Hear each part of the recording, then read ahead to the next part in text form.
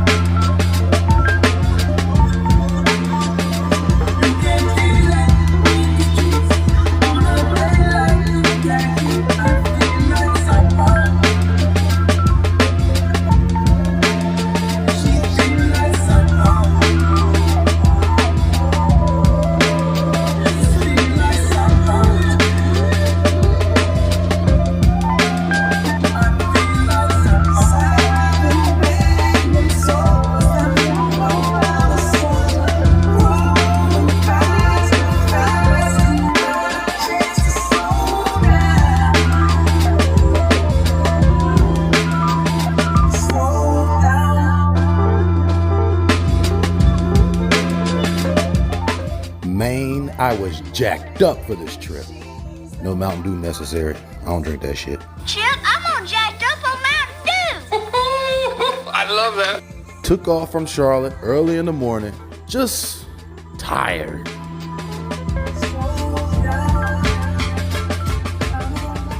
I had been working on The Smartest Beast finale, and I was running behind because I had Lost at Home already on the schedule. So, I just keep on pushing. I tried not to put too much behind me, but keep what's in front of me. So I jumped on this plane, excited just to be able to, I guess, free my mind a little bit. I knew I was going to be spending some time in nature, and I could really just use the break. The majority of my days consist of reading old books, taking notes, and staring at computer screens. I was to the point where I was close to just spent. I wouldn't even use the term burnt out because it wasn't like I was burnt out. I still was excited about the work, but I was just tired of the monotony of note taking and reading and editing. And honestly, it didn't allow me the freedom to create because what I was creating had already been created or was in the process of being created. So a lot of times in my life, I just need to be segregated from everybody else just so I can process new thoughts and have new ideas. Because when I'm working, I'm very much focused on the project at hand. So I had been more than overwhelmed with the entire project of The Smartest Beast, knowing that I was still putting out the finale, knowing I had to get started on Lost at Home. Couple all this with me just trying to take a break and flying across the country, and here we are. Turn me around, ain't gonna let nobody turn me around, turn me around, turn me around. So you see this right here, I got these cool graphics. So I've been messing around with it. It's called Google Earth Studio. So yeah, it's kind of tight, man. So hopefully I'll get a lot better at this. This is my first time using it, but you'll notice the little animations. Yeah, I did that. That's me right there. So yeah, anytime I can show a location on this Google Earth Studio to show you guys where I've been, I'm gonna do that. Plus, I still got these cool pictures and stuff too. But But yeah, this Google Earth joint is tight. So I leave from Charlotte. It's 61 degrees. Feeling good, got my hoodie on, flying across the country. One of the first things I notice when I fly across the country is I see the terrain start to change once you get west of the Mississippi. So for most people, when they fly across the country, they'll notice that the land on the east side of the Mississippi is all green. When you look out the airplane, it's green, a lot of trees, a countless number of trees and greenery. But as you cross, there's none of that. Now you'll come into a few spots where you'll see some greenery, but for the most part, there's no green land out there. Almost really until you get into California. And even California, there's sparse greenery and the land overall isn't as lush. So as I'm flying across the country, that's one of the first things that I notice. Now, anybody who knows me knows that I'm a nerd. So what did I do from the airplane? Of course, I was on Google Earth, trying to figure out exactly where I was. This is after I paid for the $16 in-flight internet. I mean, bro, they are gouging you. First of all, the free internet doesn't work.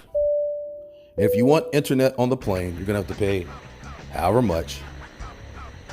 So this is after I purchased the internet because I needed the internet. At this point, I was sending emails throughout the flight. So I just needed to make sure that all my business was caught up to and attended. So after I bought the $16 internet, my no for good reason inquisitive ass just decides to get on Google Earth and start looking at stuff I'm flying over. I didn't really discover anything special, but I did spend a lot of time just looking at little cities and earthworks, especially once you get out west, you can see the terrain change and the mountains. It's pretty cool looking out there, especially for an East Coast guy who's not used to seeing all this brown and dusty ass land. So yeah, as you're flying, and you'll fly across the country and you'll notice that it goes from green to brown. And all of that brownness really doesn't hit until west of the Mississippi. Once you get out west, you're really gonna get brown from the other side of the Rocky Mountain watershed. There's no water coming out of there. And I have a few speculations on why that area of the country is so dry, because I don't believe that part of the country is naturally dry. But I do believe that the diverted river systems and the systems of dams that have been exploited out west has contributed to the dryness of the land. And these were all tactics used by the government. Let's just call them the government. These were all tactics used by the government to exploit indigenous people off the land as well. So not just were they trying to use dams to use water as a resource or create some sort of hydroelectricity or whatever you think that they just use dams to do. They're actually using it to control water sources downriver in order to displace indigenous people from their land.